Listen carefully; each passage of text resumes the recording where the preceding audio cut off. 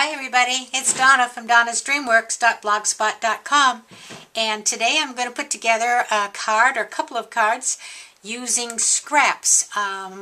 If you're a crafter, you have scraps, and I have more than my share.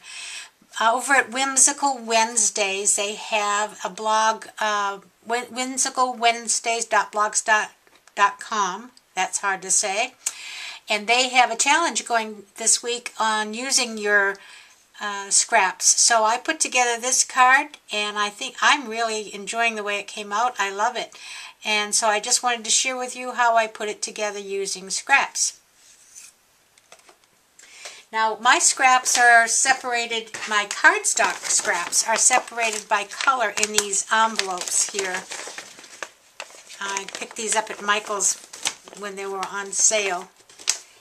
And that's pretty good. But my paper scraps are in a drawer. And so you just keep digging through. And you know, sometimes I just go in here and grab some kind of a piece of paper and use that as the inspiration for the rest of the pieces that I put the card together with. So that's what I use to make the cards today.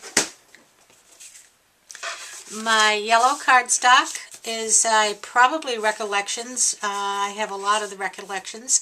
And this was cut as a 5x5 square, and I just used the Martha Stewart punch around the page punch set. And I didn't do that on the video because I just did that on another video a couple of days ago. So if you want to see how it's done, you can check it out there. I see a little piece that's just bothering me. There we go. Alright, so when you do that, the way you get the size of your card is to measure inside that square if you want the whole outline of the punch to show. And that measures 4 inches. So I have a piece of scrap white that is 4 by 8.5. It's now 4 by 8. And I scored it in half and made a 4-inch square card. And then I took a piece of craft colored cardstock, and I've cut each of these mats just 1/8 of an inch smaller. So this would be 3 7/8. Okay. And then this is a piece of my scrap paper, and that was cut 1/8 of an inch smaller than that mat. So let me just start by putting these two mats together. And I'm going to use the Tombow until it runs out, which is going to be very shortly.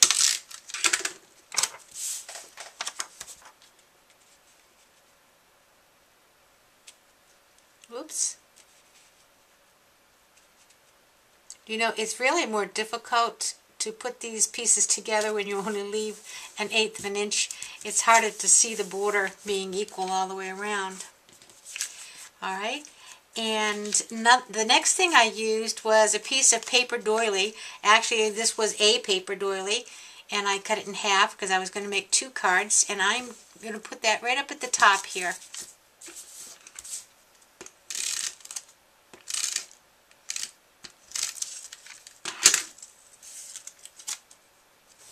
Trying to line it up with the very top. And it just so happens that these little paper doilies absolutely fit the size square I had perfectly. With the exception of one little point. There you go.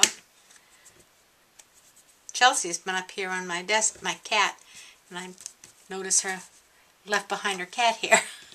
Now, the next thing I added to this project is a beautiful technique that I saw on YouTube.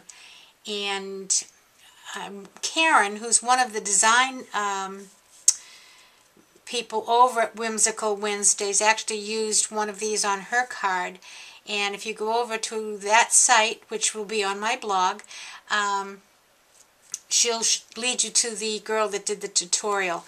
But it makes such a pretty statement. Now, I used 1/4 inch ribbon because I didn't want it to be so bulky that you couldn't mail it. And I think you can see here that it is dimensional, but not by any means too dimensional to mail. But this is such a pretty technique, and I've already done the one for the card today because it takes a little time, but I can give you just a brief show and tell. It starts with 2 loops, like we would make a bow, and we're going to loop one loop in the back of the other loop, in the back of the other loop. Hold it together and just kind of just pull this tight. And it looks like that. From that point on, all you do, very simple, is take a loop from one side, pull it through, and pull this tight. Take a loop from the other side, pull this through, keeping it flat. You got to make sure you're keeping it flat, and pull the other one. The one that you just pulled is the one you're going to make the next loop with. Loop through here, and pull it down. Okay? Loop through here, and pull it down. And after a while you can begin to see that it's getting all woven and there's no gaps in between. And so this is what it looks like when you have completed that. It takes quite a bit of ribbon because you do have to go, you know, the weaving takes a lot of ribbon. So what I'm going to do with this now is just attach it to the card at the very top, just like you would do any other piece of ribbon.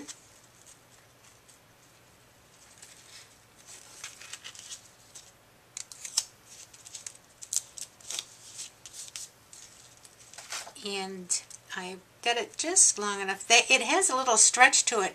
It reminds me of that, what is the Chinese finger thingy that we used to have as kids that used to drive me crazy because I can't stand the feeling of being stuck in something, and I'd get my fingers stuck in that and was afraid I wouldn't get them out. Now after I've got that taped, I'm just going to cut off the ends here. Well, maybe. Yeah.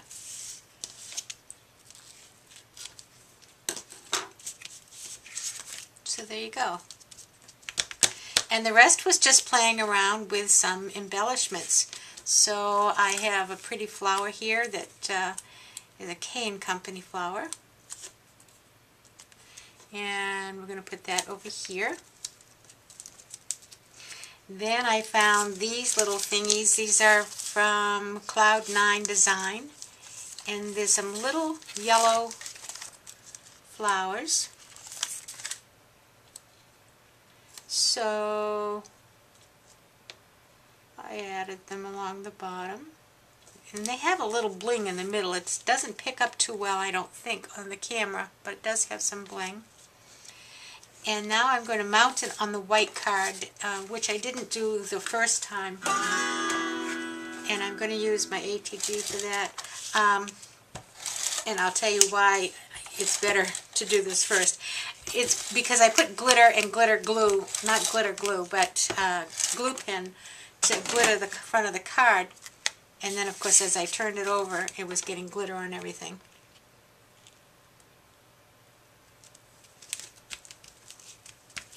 Okay.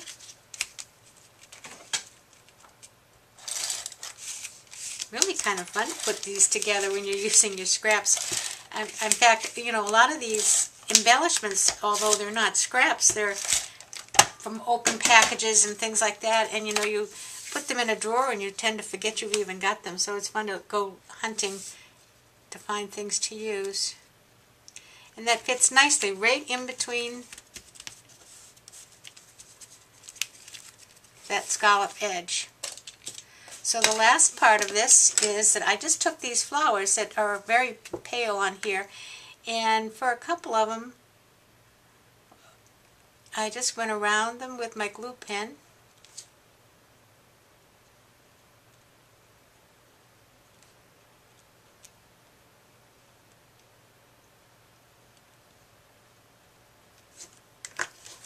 And you do one at a time because the glue will dry. And use some glitter.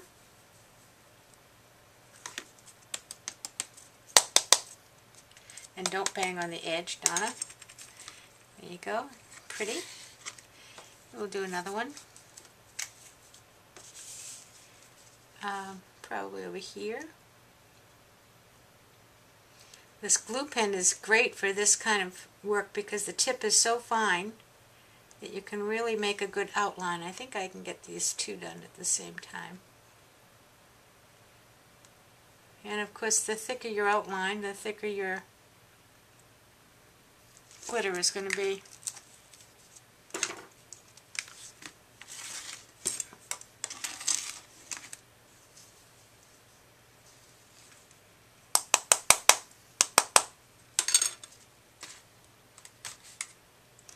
So there you go. Using your scraps, you can come up with some really creative cards. So there's the 2 cards I made today using my scrap bin. Thanks for stopping by Donna'sDreamworks.blogspot.com. And again, check out Whimsical Wednesdays and check out all of the design stars over there. They've got some great projects. Thanks for stopping by. See you later. Play nice.